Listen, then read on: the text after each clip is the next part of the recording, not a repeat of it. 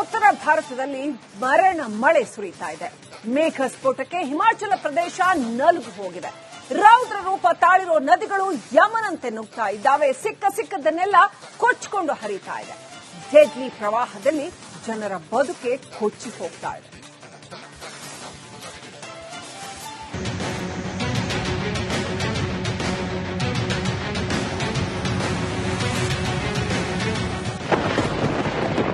ಹಿಮಾಚಲ ಪ್ರದೇಶದಲ್ಲಿ ಮೇಘ ಸ್ಫೋಟ, ಇಬ್ಬರು ದುರ್ಮರಣ, ಕೊಚ್ಚಿ ಹೋದ ಬದುಕು.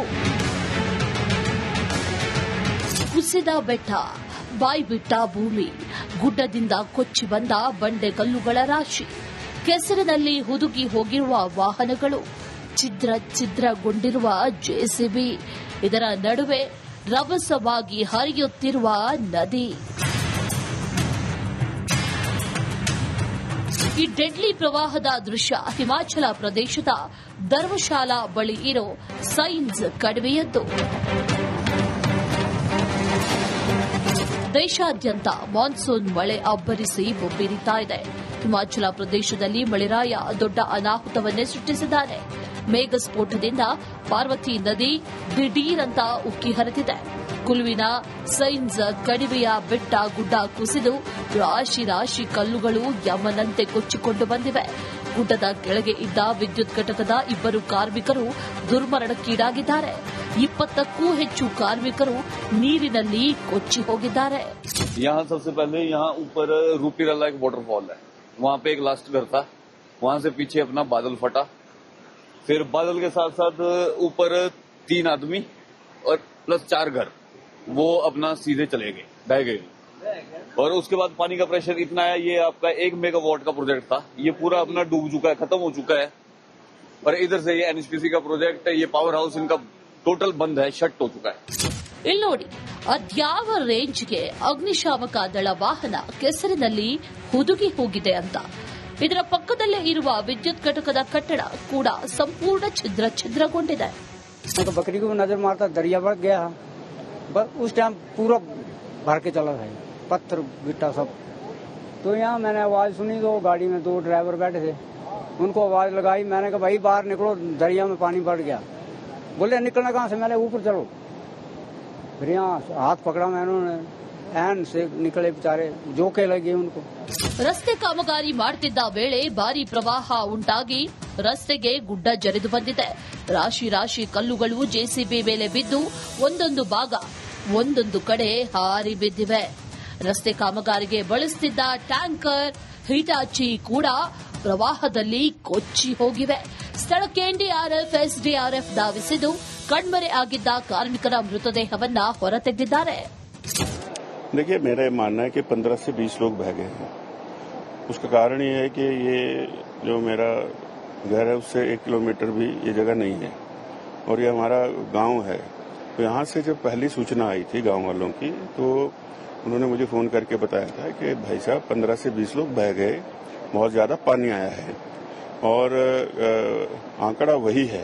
सरकारी आंकड़े तो बाद में आए जब टीमें पहुंची हैं, मौके तक गई हैं. अब तो ऊपर तक अभी रास्ता खुला ही नहीं है. और डेड बॉडी कितना नीचे 700-800 मीटर तक एक डेड बॉडी मिली है. जो मशीनरी थी, बड़ी पोकलेन्स और ये जेसीबीज, उनके सिर्फ टायर मिले हैं. तो आप खुद अंदाजा लगा सकते हैं कि ह्यूमन बॉडी. ರುದ್ರಪ್ರಯಾಗ್ನಲ್ಲಿ ಅಲಕಾನಂದ ನದಿಗೆ ಉರುಳಿದ ಬಸ್. ಉತ್ತರಾಖಂಡ್ನ ರುದ್ರಪ್ರಯಾಗ್ನಲ್ಲಿ ಚಾಲಕನ ನಿಯಂತ್ರಣ ತಪ್ಪಿ ಅಲಕಾನಂದ ನದಿಗೆ ಬಸ್ ಉರುಳಿದೆ. 3 ಪ್ರಯಾಣಿಕರು ಮೃತಪಟ್ಟಿದ್ದು 11 ಮಂದಿ ನದಿಯಲ್ಲಿ ಕೊಚ್ಚಿ ಹೋಗಿದ್ದಾರೆ.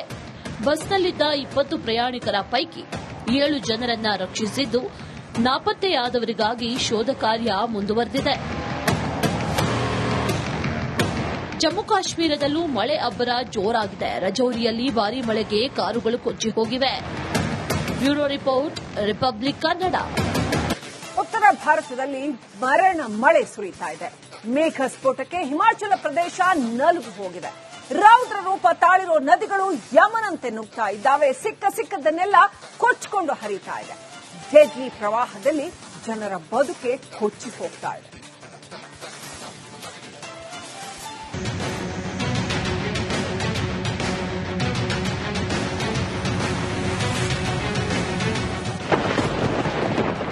ಹಿಮಾಚಲ ಪ್ರದೇಶದಲ್ಲಿ ಮೇಘ ಸ್ಫೋಟ, ಇಬ್ಬರು ದುರ್ಮರಣ, ಕೊಚ್ಚಿ ಹೋದ ಬದುಕು. ಕುಸಿದ ಬೆಟ್ಟ, ಬಾಯ್ಬಿಟ್ಟ ಭೂಮಿ, ಗುಡ್ಡದಿಂದ ಕೊಚ್ಚಿ ಬಂದ ಬಂಡೆಕಲ್ಲುಗಳ ರಾಶಿ, ಕೆಸರಿನಲ್ಲಿ ಹುದುಗಿ ಹೋಗಿರುವ ವಾಹನಗಳು, ಛಿದ್ರಗೊಂಡಿರುವ ಜೆಸಿಬಿ, ಇದರ ನಡುವೆ ರಭಸವಾಗಿ ಹರಿಯುತ್ತಿರುವ ನದಿ. ಈ ಡೆಡ್ಲಿ ಪ್ರವಾಹದ ದೃಶ್ಯ ಹಿಮಾಚಲ ಪ್ರದೇಶದ ಧರ್ಮಶಾಲಾ ಬಳಿ ಇರೋ ಸೈನ್ಸ್ ಕಣಿವೆಯದ್ದು. ದೇಶಾದ್ಯಂತ ಮಾನ್ಸೂನ್ ಮಳೆ ಅಬ್ಬರಿಸಿ ಬೊಬ್ಬಿರಿತಾ ಇದೆ. ಹಿಮಾಚಲ ಪ್ರದೇಶದಲ್ಲಿ ಮಳೆರಾಯ ದೊಡ್ಡ ಅನಾಹುತವನ್ನೇ ಸೃಷ್ಟಿಸಿದ್ದಾನೆ. ಮೇಘಸ್ಫೋಟದಿಂದ ಪಾರ್ವತಿ ನದಿ ದಿಢೀರಂತ ಉಕ್ಕಿ ಹರಿದಿದೆ. ಕುಲುವಿನ ಸೈನ್ಸ್ ಕಣಿವೆಯ ಬೆಟ್ಟ ಗುಡ್ಡ ಕುಸಿದು ರಾಶಿ ಕಲ್ಲುಗಳು ಯಮನಂತೆ ಕೊಚ್ಚಿಕೊಂಡು ಬಂದಿವೆ. ಗುಡ್ಡದ ಕೆಳಗೆ ಇದ್ದ ವಿದ್ಯುತ್ ಘಟಕದ ಇಬ್ಬರು ಕಾರ್ಮಿಕರು ದುರ್ಮರಣಕ್ಕೀಡಾಗಿದ್ದಾರೆ. 20ಕ್ಕೂ ಹೆಚ್ಚು ಕಾರ್ಮಿಕರು ನೀರಿನಲ್ಲಿ ಕೊಚ್ಚಿ ಹೋಗಿದ್ದಾರೆ. यहाँ सबसे पहले यहाँ ऊपर रूपीरला एक वाटरफॉल है, वहाँ पे एक लास्ट घर था, वहाँ से पीछे अपना बादल फटा, फिर बादल के साथ साथ ऊपर 3 आदमी और प्लस 4 घर वो अपना सीधे चले गए, बह गए।